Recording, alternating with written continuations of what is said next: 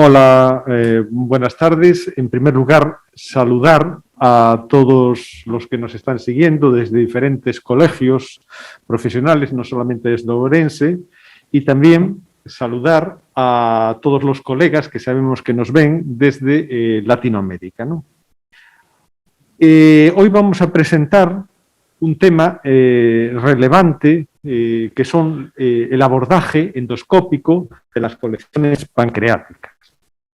Y en esta hemos invitado al servicio digestivo de Ourense, que es un servicio innovador, igual que otros servicios de España, que han sido innovadores no solamente en las técnicas quirúrgicas, sino que han sido, además, desde el punto de vista de la organización asistencial. Los servicios de digestivo, como el de aquí de Ourense, han demostrado que son servicios con una gran visión de sistema sanitario. Y el que presenta, ¿no?, que es un médico de familia, un médico de atención primaria, lo visualiza de una manera especial, ¿no?, dado que es un servicio que ha cambiado rotundamente el tipo de atención y el tipo de relación. Por eso digo que los servicios de digestivo y el de Ourense en concreto es un servicio con una gran visión de sistema, y eso desde el punto de vista de todo el sistema, pero sin duda ninguna desde la atención primaria se agradece especialmente. Y los servicios de digestivo, para los que ya tenemos una serie de años, hemos visto que ha evolucionado de una manera tremenda desde el punto de vista, decía antes, asistencial y desde el punto de vista de las técnicas. Hoy lo hemos invitado al jefe de servicio, a Eloy Sánchez, a presentar el abordaje de las colecciones pancreáticas. Hasta no hace muchos años, las colecciones pancreáticas tenían un abordaje únicamente quirúrgico. Más adelante, posteriormente, se llegó al abordaje percutáneo, pero actualmente el abordaje más innovador es el ecoendoscópico, ¿no? Y se ha demostrado en publicaciones y en una revisión Cochrane reciente que el abordaje ecoendoscópico es tan eficaz como era antes el quirúrgico, pero con muchísimos menos costos, con muchísima menos estancia hospitalaria y, sobre todo, con una satisfacción para el paciente infinitamente mayor, ¿no? Hoy nos va a hablar, decía yo, el jefe de servicio, Eloy Sánchez, de este tema. Eloy Sánchez, además de su labor asistencial y de dirigir el servicio de digestivo, tiene en los últimos años una importante labor en la endoscopia, ¿no? Por eso está aquí, fundamentalmente por este último motivo, y además en la investigación, ¿no? Ha publicado, si vosotros ponéis el nombre en cualquier buscador, pues veréis que ha publicado en revistas españolas, en la revista española de enfermedades digestivas, en el American Journal Gastroenterology, en Endoscopy, en fin, en Hepatology, en diferentes revistas, es decir, que tiene un amplio currículum. Y yo, sin más, Eloy, agradecerte que estés hoy aquí y vamos a escucharte atentamente a esto que para nosotros es, para muchos de nosotros, muy, muy novedoso. Muchas gracias. Muchas gracias. Con permiso, y ahora que todos estamos trivacunados, en primer lugar agradecer la amable invitación de José Luis y del colegio a participar en este curso de controversias y en este caso pues hablar de temas de los que para nosotros pues supone el día a día. Realmente, cuando se me planteó el tema y hablamos del abordaje de lesiones quísticas y de abordaje de colecciones pancreáticas, entendí que requería un abordaje más general porque el público también lo es, ¿no? Y espero que haya pues eso, público de todas las especialidades. Con lo cual, vamos a mencionar un poco todo esto, como vamos a ir a ver. Vale, perfecto. Bueno, en primer lugar, también era un motivo para dejar de hablar de COVID. Y aunque este chiste es del año 2020 y han pasado 2 años y seguimos más o menos igual, suponía también el retomar pues eso, reuniones científicas, información y compartir tiempo con compañeros al margen de la magnitud sanitaria fundamental que tenemos en este momento. También y sé que ha sido involuntariamente, tenemos que competir con el fútbol, porque forofos hay siempre, y para aquel que no lo sepa, a las 8 empieza el Madrid-Barça o Barça-Madrid, dependiendo de los colores. Pero bueno, espero que sea lo suficientemente interesante para tener enganchado al menos al público que está online con nosotros. Vamos a tratar de una manera muy somera, y después estoy abierto a todas vuestras preguntas, varios puntos. El primero será la importancia clínica de las lesiones quísticas de páncreas en su conjunto, qué tipo de lesiones quísticas, colecciones o no, qué técnicas diagnósticas y terapéuticas manejamos en estos momentos. Lo siguiente era el manejo que podemos hacer con estas lesiones y estas técnicas que vamos a presentar. Y por último, un pequeño resumen de conclusiones o mensajes para todos para casa, ¿no? En primer lugar, la importancia de estas lesiones es que cada vez son más frecuentes. Es cierto que, por un lado, los pseudoquistes y colecciones pancreáticas asociadas a las pancreatitis son conocidas desde hace mucho tiempo, pero no es menos cierto que cada vez tenemos mayor incidencia de pancreatitis, y sobre todo en pacientes mayores, pero sobre todo debido a las técnicas diagnósticas. Tanto el TAC abdominal como la resonancia hace que de forma incidental aparezcan lesiones quísticas en las pruebas radiológicas, y probablemente es el mayor número de lesiones que detectamos en este momento. Además, la mayor parte de ellas, como digo, que son incidentales, tienen un buen pronóstico, aunque requieran un seguimiento, como vamos a ver, y esto hace que acumulemos incidencias y que la prevalencia de pacientes con lesiones quísticas siga aumentando progresivamente. Por otro lado, la dificultad de diagnóstico. Igual que la mayor parte de los quistes hepáticos y renales son de fácil diagnóstico porque las posibilidades diagnósticas son pocas, por lo menos estadísticamente, en el páncreas no ocurre esto. Y la verdad es que con las técnicas diagnósticas que disponemos es difícil llegar a un diagnóstico de certeza, lo cual nos pone en una dinámica de complicación a la hora de decidir el manejo de estos pacientes. Y lo siguiente es que algunos de estas lesiones, de estos quistes, sí que tienen posibilidad de malignización. Como decía, al contrario que en el hígado y que en el riñón, que son quistes mucho más frecuentes, conocidos, tanto por los compañeros, por la profesión médica como por los pacientes, estos quistes, que no lo son tanto, sí que tienen riesgo de malignizar, dependiendo del tipo, del tamaño. Y cuando no son de este tipo de quistes y son los pseudoquistes asociados a las pancreatitis o las colecciones necróticas, tienen riesgo de complicaciones, hemorragias, sepsis, infección, fracaso respiratorio, multisistémico, etc. Pasamos a digamos, para poder entendernos un poquito, a definir algunas de las lesiones quísticas que podemos encontrar en el páncreas. La clasificación, como siempre que sacamos una tabla, es muy extensa. Lo fundamental en este caso es ver qué son lesiones epiteliales neoplásicas o no, que es lo que tenemos arriba a la derecha, aquí, bueno, ya lo tenéis ahí, o lo que son lesiones no neoplásicas o neoplásicas no epiteliales.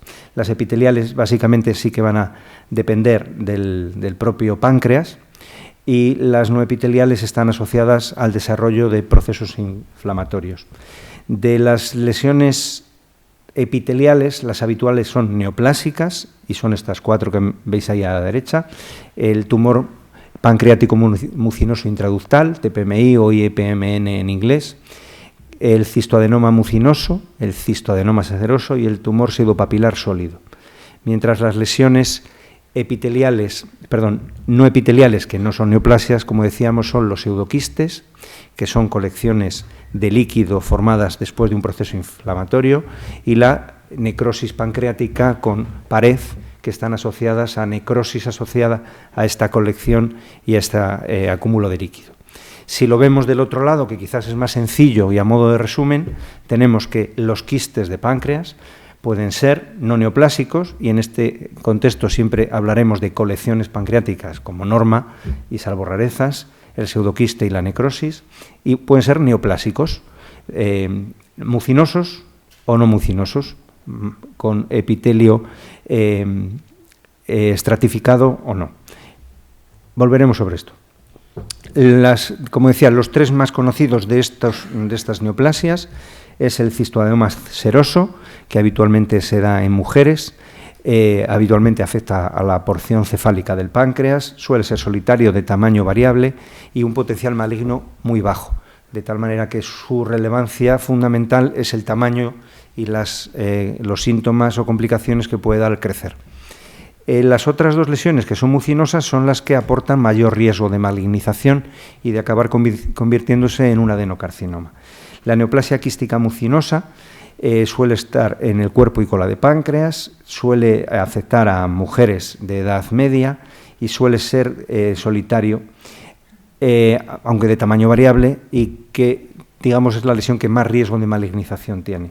Y por último, el tumor mucinoso intrapancreático, el TPMI, ahí veis el acrónimo en inglés, que es multicéntrico, hay varios tipos y que afecta por igual a hombres y mujeres, generalmente de mayor edad, y que tiene un riesgo variable de malignización. Bueno, a modo de resumen, intentando ser un poco didáctico para aquellos que no estén más o menos familiarizados con el páncreas o con las lesiones, en el dibujo de arriba podéis ver cómo tenemos el cistoadenoma seroso, que veis aquí. Tenemos el pseudoquiste, que, digamos, vendría a rememorar lo que es el quiste clásico epitelial en otras localizaciones, las neoplasias mucinosas y la aparición de las neoplasias intraductales mucinosas, que, si somos un poco simplistas y para que, digamos, me entienda, puede recordar a la formación de pólipos que aparecen en otras localizaciones del tubo digestivo, como es el colon, que también es sobradamente conocido.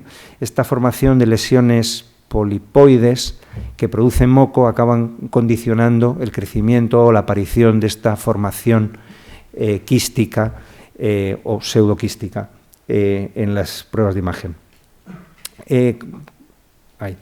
En este estudio relativamente reciente y prospectivo hecho en Italia sobre 1.500 lesiones quísticas, es un estudio multicéntrico con 1.500 pacientes, la mayor parte de ellos son tumores mucinosos intraductales. Esto, que es nuestra experiencia también, la mayor parte de los quistes que vemos, que son incidentalomas, acaban siendo lesiones asociadas a los ductos pancreáticos por crecimiento de estos quistes de mayor o menor tamaño. Y respecto de las técnicas diagnósticas y terapéuticas que disponemos, cuando uno hace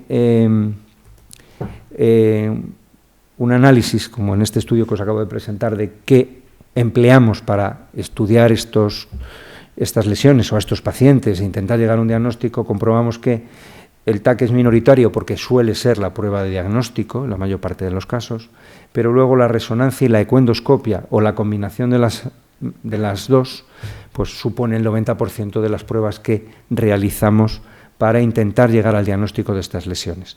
La resonancia tiene, como sabéis, la ventaja de que es menos invasiva que una ecoendoscopia, que supone hacer una endoscopia con todo sencillo o cómodo que actualmente lo hacemos con la sedación, pero bueno, no deja de ser una prueba cómoda, muy reproducible y sobre todo muy visible para todo el mundo. La ecoendoscopia, como todas las ecografías, son técnicas de operador dependiente y las imágenes son más difíciles de compartir que las resonancias, sobre todo también hablando de la posibilidad de un tratamiento quirúrgico.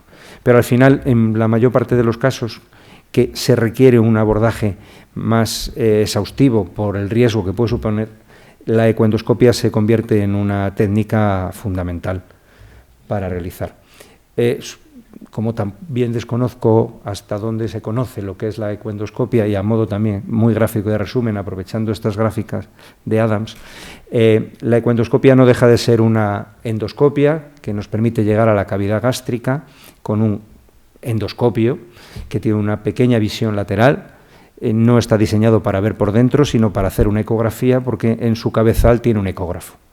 Es un ecógrafo que ahora veremos diminuto, pero que eso nos permite, estando muy cerca del páncreas, también de la vía biliar y también del hígado, pero en este caso hablamos de páncreas, nos permite desde el estómago y desde el duodeno tener un acceso muy cercano, directo, de de las lesiones. Hay dos tipos de ecoendoscopio, pero me he centrado en este, que es el ecoendoscopio lineal. Bueno, pues es un endoscopio que en el cabezal tiene una pequeña sonda de ecografía y nos permite, con su canal de trabajo, meter instrumental. Esta es una aguja de citología que lo que nos permite es tomar muestras, pero también inyectar sustancias. Digamos que fue el primer abordaje. Como decía, estas técnicas son combinadas y muchas veces tenemos que recurrir a todas. En el caso de las colecciones pancreáticas, y empiezo por los pseudoquistes y necrosis con pared, como veis, a veces es fundamental hacer una ecoendoscopia, que serían las imágenes de abajo, que es lo que nos permite distinguir perfectamente de lo que es un pseudoquiste, que es una colección líquida, de lo que es una colección necrótica, con restos, con detritus y que requiere un tratamiento completamente distinto y las posibilidades de complicación son también distintas. Muchas veces con el TAC y con la resonancia no somos capaces de diferenciar esto. Estas son imágenes de una lesión de un cistoadenoma seroso. Es una lesión bastante bien definida y que tiene sus características tanto radiológicas como ecoendoscópicas, que nos permite hacer un diagnóstico de aproximación bastante fiable y que la mayor parte de los casos no requiere el hacer una punción. Esto sería un cistoadenoma mucinoso. Esta es la resonancia. Veis aquí una colección quística, casi parece a la vesícula, que es esto. Y veis cómo corresponde a un quiste tabicado, difuso, pero que realmente se produce por crecimiento del moco que producen las lesiones. Estos cistoadenomas mucinosos pueden tener tamaños variables y hay algunas lesiones que pueden ser más o menos preocupantes o necesario de vigilar, como son la pared engrosada, la aparición de nódulos sólidos, la formación de tabiques o incluso la calcificación de la pared, que esto es un signo bastante patognomónico de estas lesiones. Este es uno similar, no nos vamos a entretener en esto, y como os decía, lo más importante que nos aporta en este caso la ecoendoscopia es la posibilidad de diferenciar lo que son acúmulos de moco, de mucina, de lo que son nódulos murales. Incluso nos permite hacer contraste y ver la vascularización de estas lesiones. Es cierto que se puede ver también con las pruebas radiológicas, sobre todo con el TAC, pero la ecografía con contraste y la posibilidad de hacer una punción, como veis aquí, dirigida al nódulo para tomar una citología y descartar malignidad, le aporta a la ecoendoscopia un rendimiento mucho mayor. Y como os decía, la mayor parte de las lesiones quísticas que nos vamos a encontrar van a ser tumores mucinosos intrapancreáticos. Hay tres tipos y su importancia radica en que el riesgo de malignización y, por tanto, la necesidad de vigilancia, incluso de intervención, son distintas. El tipo 1, que es el más conocido clásicamente porque era el más visible siempre y el que más problemas daba, es el que afecta al conducto pancreático principal y que suele provocar, bien, independientemente del nivel al que esté, pues una dilatación de todo el conducto. Si está a nivel de la papila o de la ampolla de Vater, pues provoca una dilatación de todo el conducto. Si estuviera en el tercio medio, pues la dilatación sería distal. El tipo 2 afecta solo las ramas laterales del conducto pancreático y el tipo 3 es el que combina las dos posibilidades. El tipo 1 es el que mayor riesgo de malignización tiene, el tipo 2 tiene menos y el tipo 3 intermedia. Estas son unas imágenes que son las que nos encontramos en TACs o resonancias cuando se realizan por otro motivo y aparecen pequeñas lesiones quísticas que veis por aquí, que sería un tumor mucinoso intrapancreático de rama lateral. Se puede ver el ducto pancreático tremendamente dilatado aquí, que sería un tipo 1, o esto que sería un tipo 2 de mayor tamaño.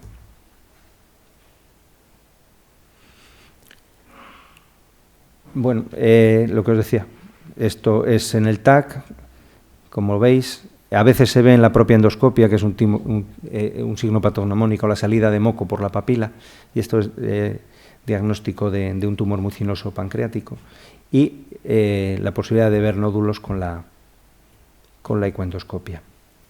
Bueno, más imágenes para que veáis las digamos, a veces extensas lesiones que afectan a todo el páncreas. Aparte de la ecoendoscopia, como os decía, como técnica de imagen y que nos aporta mucha información, lo cierto es que nos permite realizar punciones de estas lesiones. La punción no solo nos va a permitir intentar un diagnóstico histológico de malignidad, que tiene relevancia a la hora de manejar a los pacientes, sino de diagnóstico de la lesión. Porque, como hemos estado comentando, es muy importante saber si una lesión es mucinosa o no, porque su riesgo de malignización es distinto. Entonces, no hay hasta la fecha ningún parámetro que nos permita un diagnóstico definitivo, pero tanto la viscosidad de la punción que realizamos, del líquido que sacamos del quiste, los niveles de CEA y la citología nos permite alcanzar de forma combinada, en este estudio de los compañeros de Valencia, el 90% de seguridad en el diagnóstico de estos pacientes. Si analizamos todas las digamos, analíticas que podemos hacer del líquido de forma habitual, como veis, tenemos la viscosidad o el signo de la cuerda, que simplemente es ver la viscosidad del líquido, la citología, por supuesto, el CEA. El CEA es importante porque por encima de 192, que es el punto de corte establecido, pero por encima de 200 casi estamos seguros de que son lesiones mucinosas. La amilasa, porque si vemos una amilasa alta estamos en contacto con el conducto pancreático o se trata de un pseudoquiste. Y últimamente la glucosa, la glucosa baja también tiene una sensibilidad muy importante para detectar lesiones mucinosas. Existen también detecciones de mutaciones que permiten aclarar las lesiones, pero realmente no, hasta la fecha no han demostrado que aporten más y siendo mucho más caras.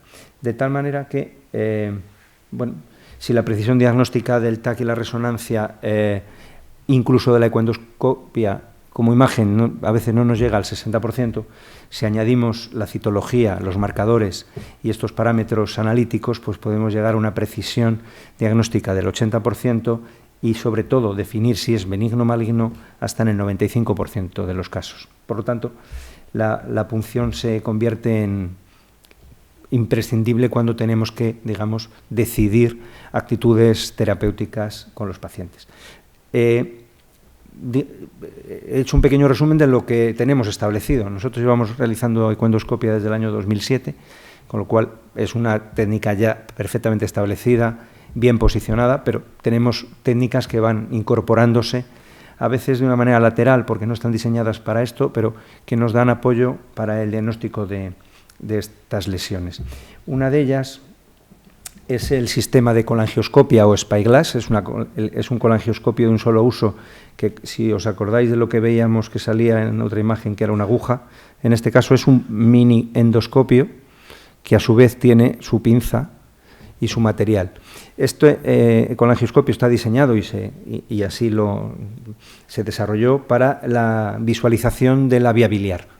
Sin embargo, la vía biliar y la pancreática están muy próximas y hemos comenzado a utilizarlo también para detectar lesiones o para completar el diagnóstico de lesiones pancreáticas. Presento un vídeo de un caso de una paciente nuestra, porque la mayor indicación de la pancreatoscopia, que así se llama, está en estos tumores vellosos que yo os decía que son intraductales. Nos permite entrar dentro del conducto pancreático, que es donde estamos en este momento. Y lo que estáis viendo, en la imagen de abajo veis el duodeno, que es donde está el endoscopio más grande, y el pequeñito está dentro de la vía pancreática, y veis esas prolongaciones vellosas que forman parte de ese pólipo que a nivel del conducto pancreático principal provocaba la obstrucción del mismo.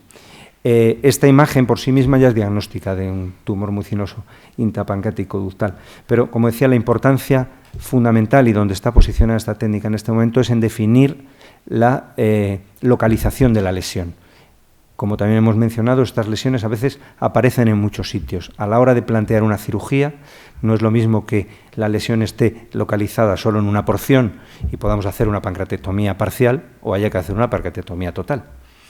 Y, por tanto, el estadiaje preoperatorio de estas lesiones con esta técnica, en la mayor parte de los casos, es necesario. La otra técnica de la que os quería hablar y que ya mencionaba José Luis cuando hacía la presentación, no es tanto diagnóstica como terapéutica. Desde hace ya años, pues prácticamente los mismos, empezamos a hacer drenajes de las colecciones, sobre todo las colecciones que no son neoplasias, los pseudoquistes y las necrosis pancreáticas requieren de un abordaje pseudoquirúrgico. Estas lesiones clásicamente tenían un abordaje quirúrgico cuando se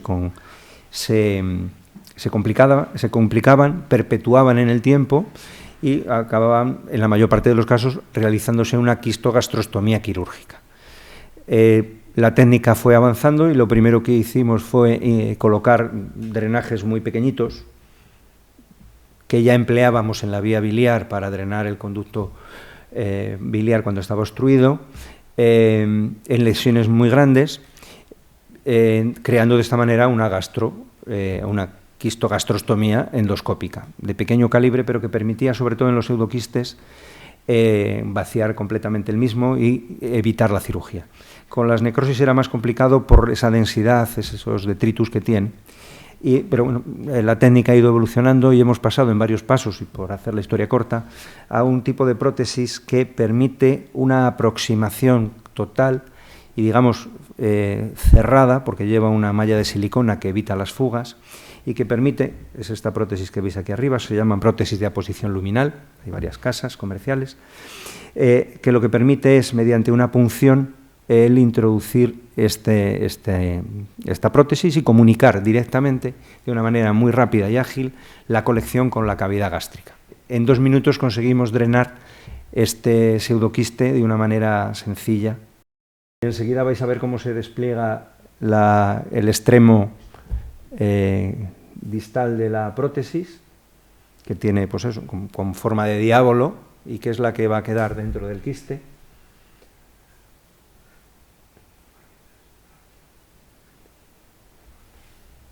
Y posteriormente, aproximándolo, veréis, es importante, ya os avisaré, que os fijéis en la imagen de abajo, que es la imagen endoscópica. Ahora mismo veréis, hay un tubo blanco que entra y que sale, que es el del drenaje. Pero enseguida, en cuanto se despliega, veréis cómo la salida del contenido es muy rápida y, digamos, abundante. El drenaje se realiza de forma muy rápida.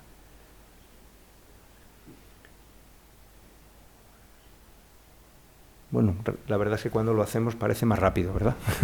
que estar mirando para ello. También el hacer varias. Este año bueno, ahí veis que se despliega. Aquí veis que se despliega. Esto que veis blanco es metal, ¿vale? Aquí se está desplegando. Aquí persiste todavía esta aguja que nos sirve de guía, que veis, ¿vale? Y aquí ya prácticamente lo hemos desplegado, se despliega dentro del endoscopio. Y ahora enseguida vais a ver aquí, porque aquí ya lo tenemos posicionado, estamos bien colocados. Y ahora enseguida vamos a separarnos para que el flap, el tope del estómago, se despliegue y empiece a drenar.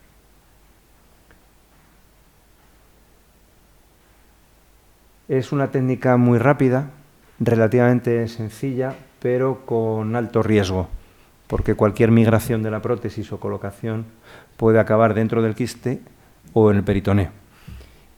Pero por eso hay que hacer un training previo en modelos animales para coger un poco de mano y soltura.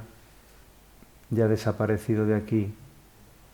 Aquí está, y ahora ya veis aquí.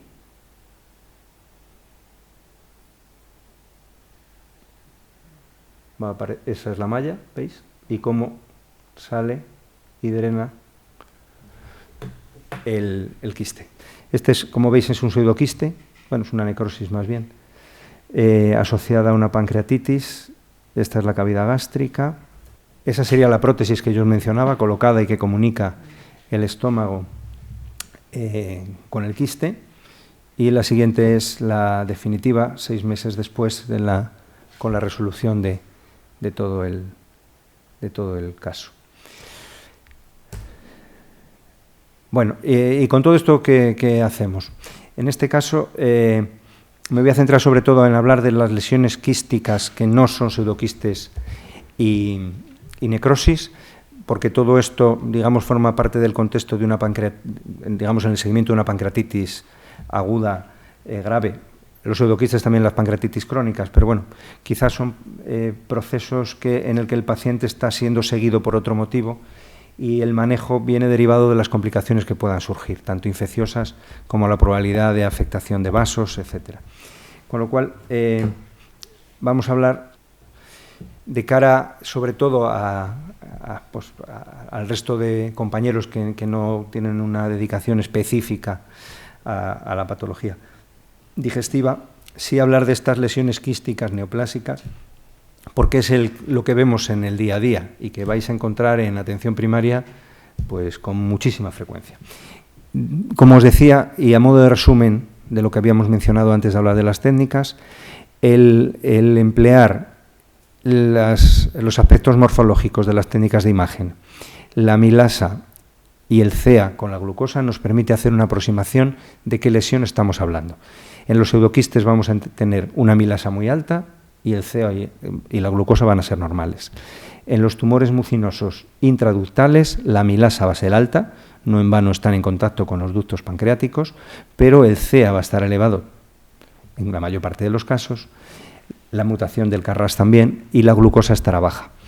Y en las neoplasias mucinosas, en el cistoadenoma mucinoso, al no estar en contacto con el ducto pancreático, la amilasa va a ser normal, pero el CEA y la glucosa van a definir la lesión como mucinosa.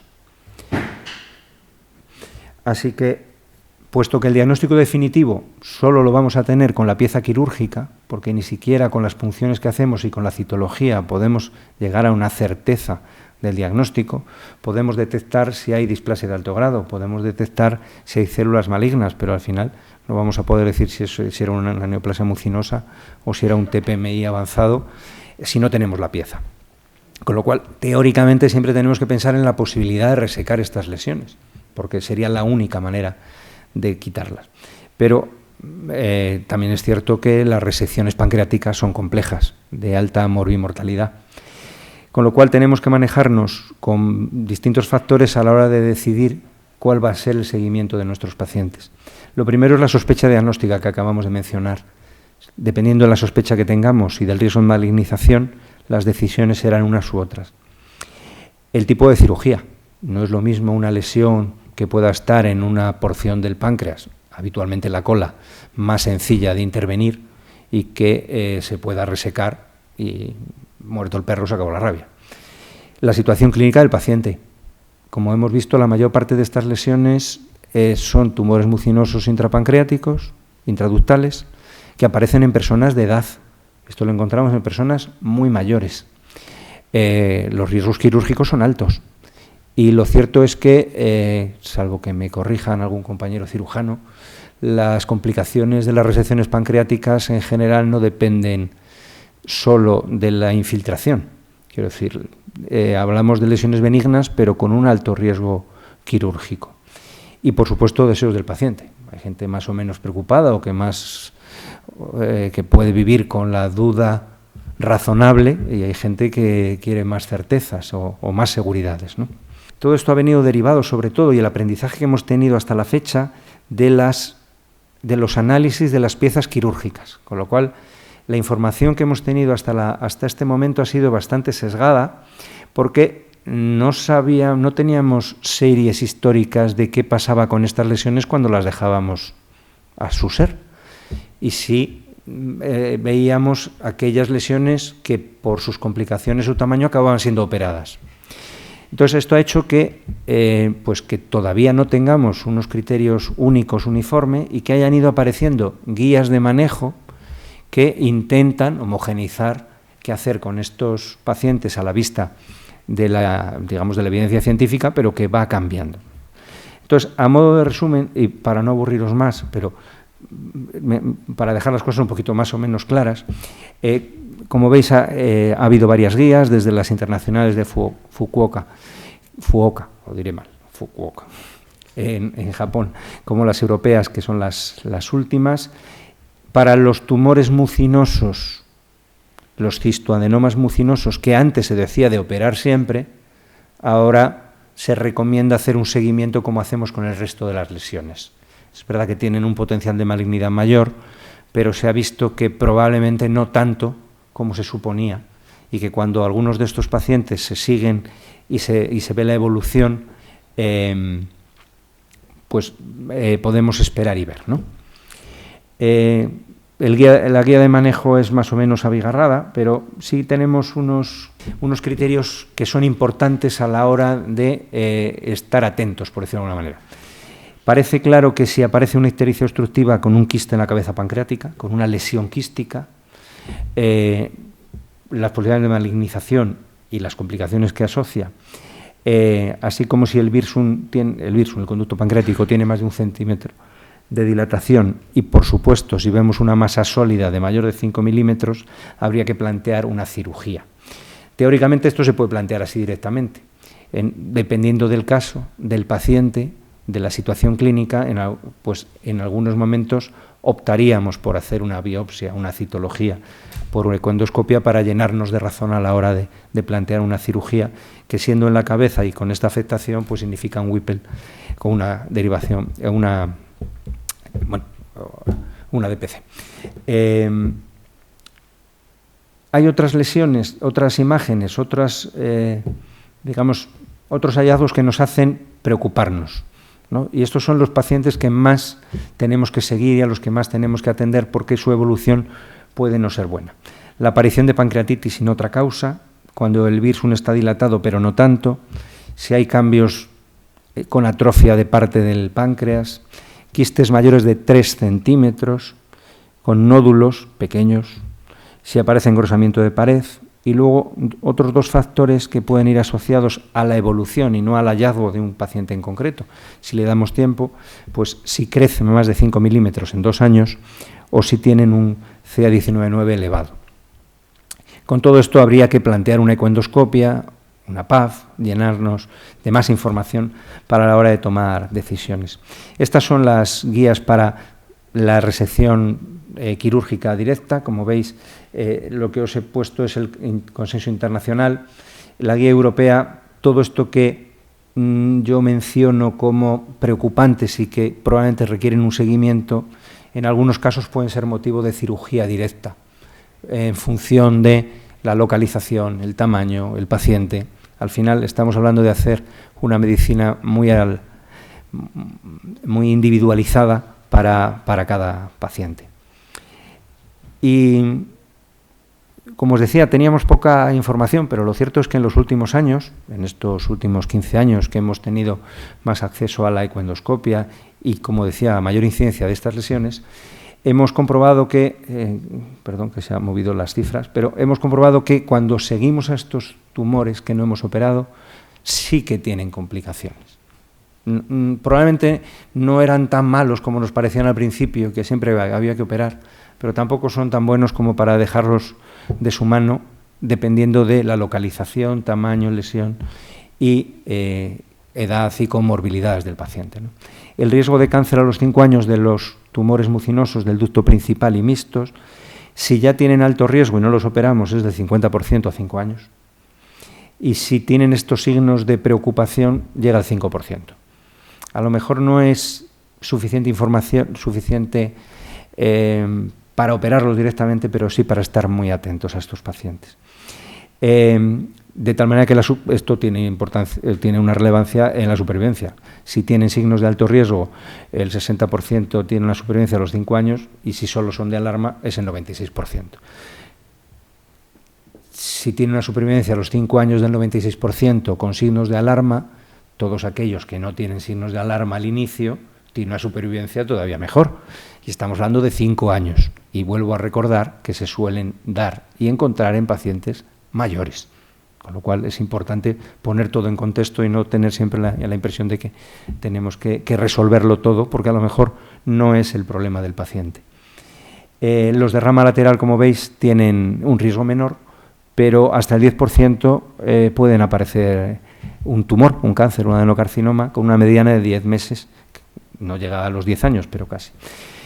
Con estas cifras parece razonable, seleccionando poblaciones, que tengamos que hacer cribado y vigilancia de estos pacientes, porque estos riesgos son similares o mayores incluso que alguno de los otros programas de cribado y vigilancia que hacemos en patología digestiva, como por ejemplo el Barrett. Y si no operamos a estos pacientes con todo esto, ¿qué hacemos? Como os decía, tenemos las guías, pero bueno, a modo de resumen, bueno, pues dependiendo del tamaño, si son mayores de 3 centímetros, hacemos un seguimiento más cercano, 3-6 meses, resonancia, ecoendoscopia, podemos utilizar cualquiera de las dos o alternarlas, incluso pues, si vemos alguna lesión o aparece un nódulo, se hace la ecoendoscopia, se vuelve a pinchar, se vuelve a analizar. Digamos que todo esto es un seguimiento dinámico que va cambiando en función de la evolución de la lesión y del paciente. Y dependiendo del tamaño, pues cada vez se va alargando más. Las lesiones muy pequeñas y que no cambian en 6 meses, pues se hace seguimiento cada 2 años. Insisto, porque estamos hablando de lesiones quísticas, pero que están en pacientes. Y los pacientes sí que tienen otros problemas que a lo mejor no son estos, ¿no? Y ya acabando, esperando no haberos aburrido mucho, me gustaría, a modo de resumen, las lesiones quísticas, como os decía, podemos englobarlas en colecciones pancreáticas, pseudoquistes o necrosis con pared, que es un término más técnico, y tumores mucinosos. Y de estos tumores mucinosos casi todos son TPMI, tumores mucinosos intraductales. La mayor parte de ellos son incidentalomas y tenemos que manejarlos como eso, como incidentalomas que aparecen cuando no están asociados a síntomas, aunque pueden tener riesgo y por tanto tenemos que hacer una evaluación correcta. Gran parte de ellas van a precisar un abordaje diagnóstico más extenso y posiblemente seguimiento. En este sentido, aprovecho para deciros, como ya sabéis, que tenemos una unidad de páncreas que funciona fantásticamente con mis compañeros que son las que la llevan y donde se hace un seguimiento de todos estos pacientes.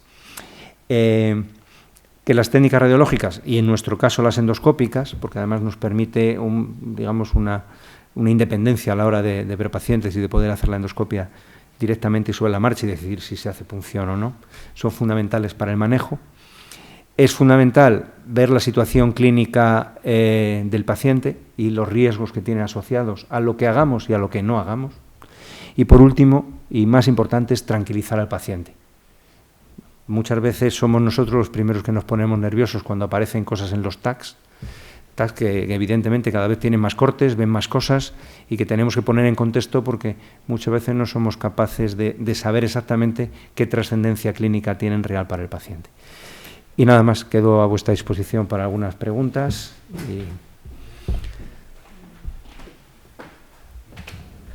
Bueno, muchas gracias, Eloy.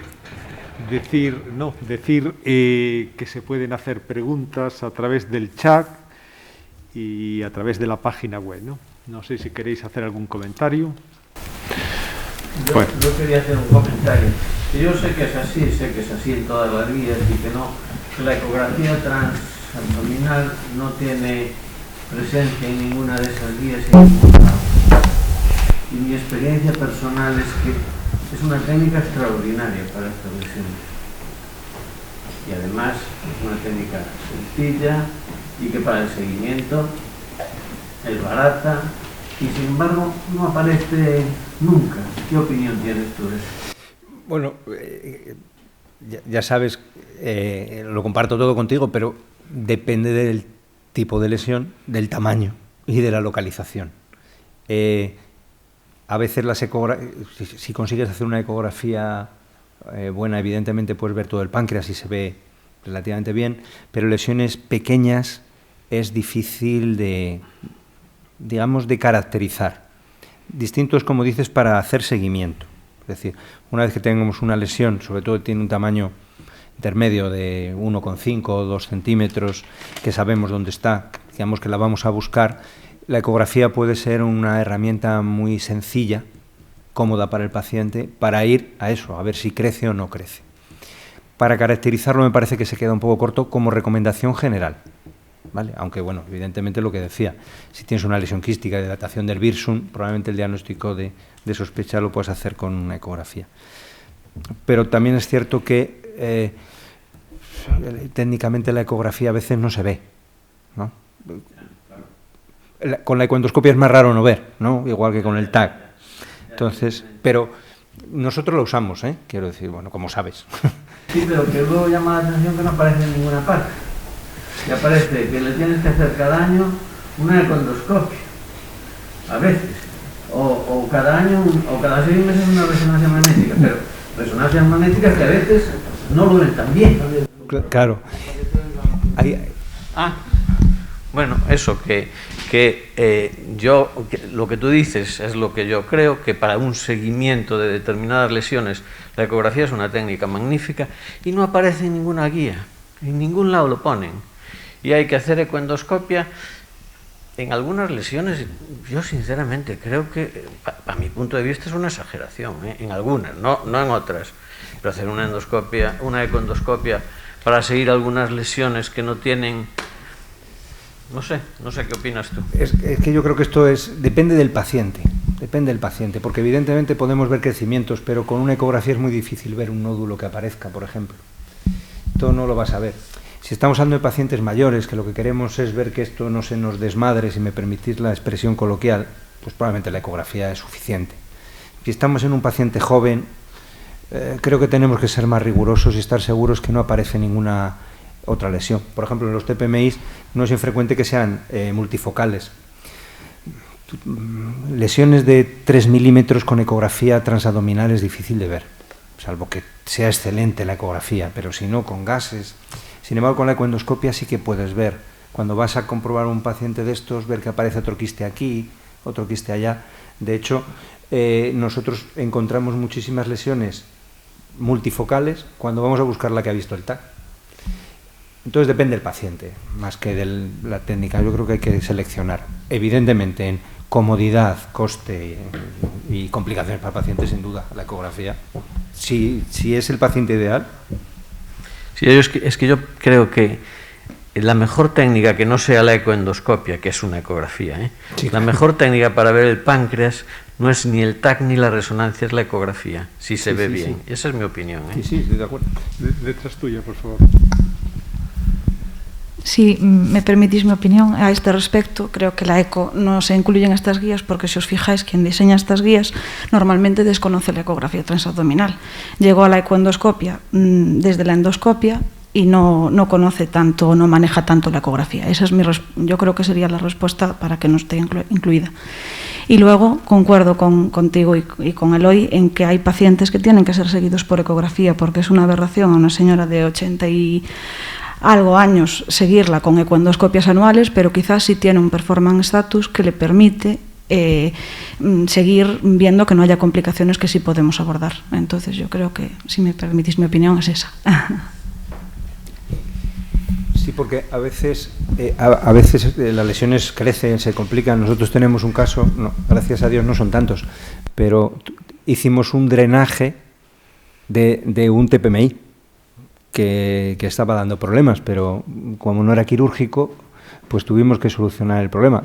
Ahora ha evolucionado y probablemente ya tiene una lesión invasiva, que tampoco es quirúrgica, ¿no?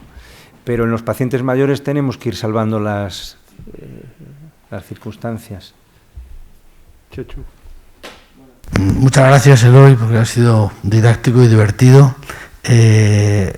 Para los que no sabemos nada de todo esto, además. 2 preguntillas. ¿Qué porcentaje de éxito tenéis cuando intentáis hacer una punción a través de ecoendoscopia, en concreto en el páncreas? Pero porque, bueno, ¿qué porcentaje de éxito de tener un material suficientemente válido de cara a conocerlo? O sea, 1. 2, territorio incidentaloma. No es un territorio exclusivo de páncreas, sino que yo creo que todos los órganos, TAC, etcétera. Bueno, se han publicado cosas así como muy genéricas, incluso hay incluso congresos sobre diagnóstico que hablan sobre todos estos temas, ¿no? En términos generales, y quizás también a María, ¿no?, por el seguimiento, estos pacientes mayores que los ves, bueno, se detecta incidentalmente un TPMI, tal, se decide no hacerle nada, 2 años, sigue sin crecer. ¿Tiene sentido dejarlos en paz? ¿Hay cifras? Porque es que el hecho de volver a verlos, el de seguir viéndolos también es un problema. Sí, pero bueno, evidentemente no tenemos datos. Voy a empezar por el final. No tenemos datos y hablamos de la experiencia, y es lo que tenemos, experiencia. Y mi experiencia, el problema de estos pacientes, supongo que como a mayor parte de nosotros, cuando te dicen que tienes algo y que lo vas a seguir teniendo, pues incomoda un poco. Y esto, el que está preocupado y sigue preocupado lo va a seguir estando, tenga la edad que lo tenga. Entonces, muchas veces el hacer un seguimiento sensato ayuda a que no se generen más consultas, más pruebas, ¿no? Porque esto nos pasa a diario, no solo con esto, con otras cosas, que sí, no, la colonoscopia en 5 años, pero si a los 3 ya estoy regular, ya va a vosotros, a primaria, va a tal, va a cual. Entonces, estamos intentando no hacer la revisión, no hacer esa resonancia que le tocaría a los 2 años, pero si la calidad del paciente es buena, nosotros tenemos un problema, digo nosotros cuando hablo de nosotros, hablo de digestivo en general, tenemos un problema, es que casi todo el mundo tiene síntomas digestivos en algún momento de su vida, o en muchos. Entonces, poner en contexto los síntomas con lo que tenemos, ¿no?, pues es complicado. Entonces, me refería hace un momento a la colonoscopia, pero esto es igual. Alguien que tiene un quiste ahí 2 años y de repente tiene un dolor fuerte y que no se le pasa. Entonces, yo creo que tenemos que ser sensatos y sobre todo, y lo decía al final, que me parece fundamental, es tranquilizar al paciente, ¿no? Es decir, estamos en ello, vamos a ser sensatos y razonables, y lo tenemos que ser todos, nosotros, el paciente, intentando, aunque ellos no lo sepan, no hacerles daño, porque hay muchos pacientes que creen que por hacerles pruebas y cosas les vamos a hacer un beneficio cuando no es el caso, ¿no? Pero bueno, el intentar buscar seguimientos intermedios, que la gente se sienta un poco, digamos, protegida, a veces, ¿no? A lo mejor no gastamos tanto y prevenimos otras cosas. No lo sé, pero no está medido. Y de lo que me preguntabas de la citología, el problema de la citología en todas las lesiones quísticas y en todos los líquidos corporales es que tiene un rendimiento muy bajo. Aunque se centrifugue y se haga filtrado y demás, el rendimiento es muy bajo de las lesiones quísticas, por debajo del 60%. Ya quisiéramos que en la mayor parte de los casos salieran así. Nos conformamos con sospecha de malignidad, displasia de alto grado, etcétera. Lo que sí da mucha rentabilidad es pinchar lesiones sólidas. La punción de los nódulos que aparecen tienen una alta rentabilidad. Y en nuestro caso, que digamos que cuando ya sospechamos algo, hacemos la punción con el patólogo en la sala, la rentabilidad es alta. Mira, Eloy, volviendo al tema que presentaba yo, ¿no? Estáis hablando fundamentalmente de los quistes, ¿no? Volviendo a los pseudoquistes y a las necrosis, ¿no?, donde sois resolutivos, ¿no? Mi pregunta es, ¿cuándo hay que actuar en un pseudoquiste? Es decir, ¿cuándo hay que pinchar un pseudoquiste? Cuando da problemas. Únicamente. Solo. Cuando da problemas. Por tamaño, por crecimiento, por compresión, por afectación, por infección. En general, a veces hemos planteado algún tratamiento de pseudoquiste de gran tamaño, sobre 12, 15 centímetros, que después de 1 año no se reabsorbe, porque si es un pseudoquiste asociado a una pancreatitis crónica, aguda sobre todo, la tendencia es que se vayan resolviendo, vayan desapareciendo. Otra cosa son los pseudoquistes en las pancreatitis crónicas, pero porque se forman normalmente por roturas de los ductos y no se suelen resolver y suelen ir a más. Pero bueno, aunque crezcan un poco, si no dan problemas, no solemos actuar. En estos, además, a veces el drenaje o el acceso no es solo a través del estómago, sino a través de la propia papila, para facilitar el drenaje de la vía, del jugo pancreático por su orificio natural. Pero en principio... ¿Solo entre complicaciones o infección? Sí, que forma parte de una de ellas.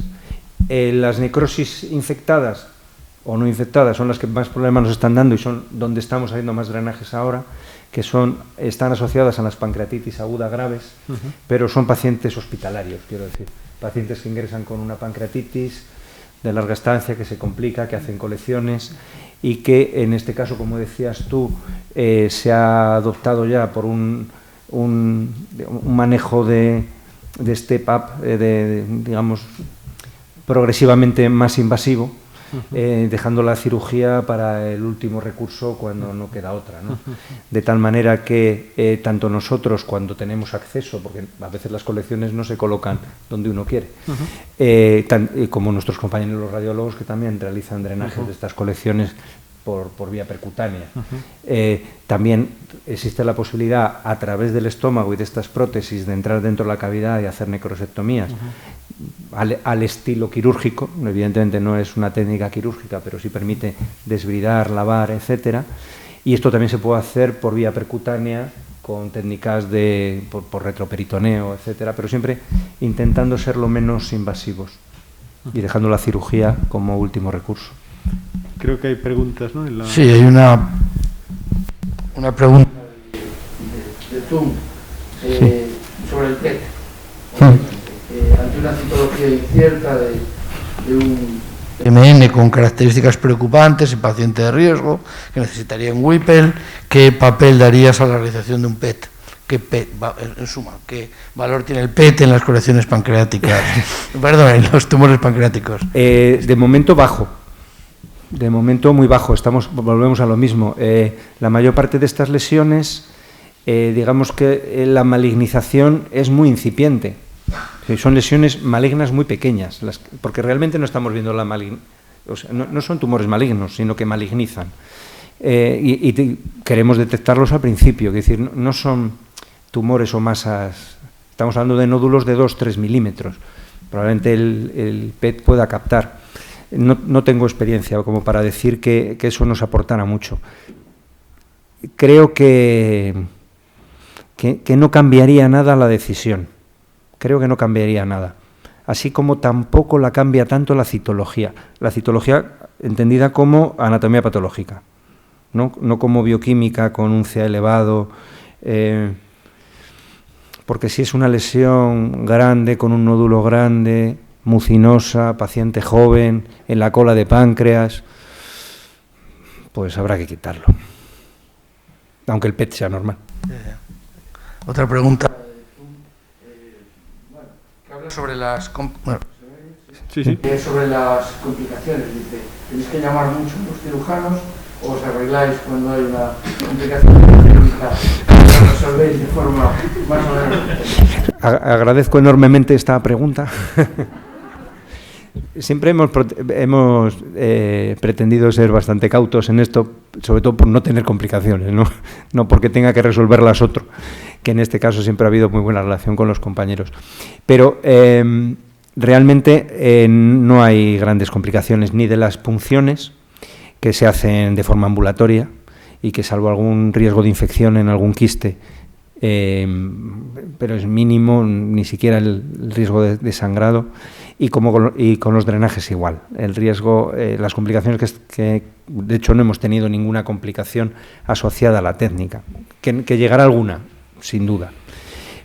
Pero también es cierto que muchas de estas técnicas están ayudando a solventar complicaciones de las cirugías, ¿no? Entonces yo creo que estamos en un terreno compartido y que en cada momento pues tendremos que echar mano de la habilidad de unos y de otros para resolver las incidencias que van a acabar ocurriendo, ¿no? Pero de momento, gracias a Dios, no hemos tenido complicaciones. Bueno, pues muchas gracias, Eloy. Muchas gracias a ti de nuevo.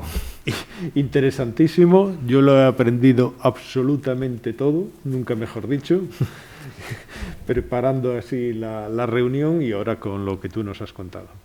Muchas gracias también a todos los asistentes y hasta la próxima. Muy bien, gracias.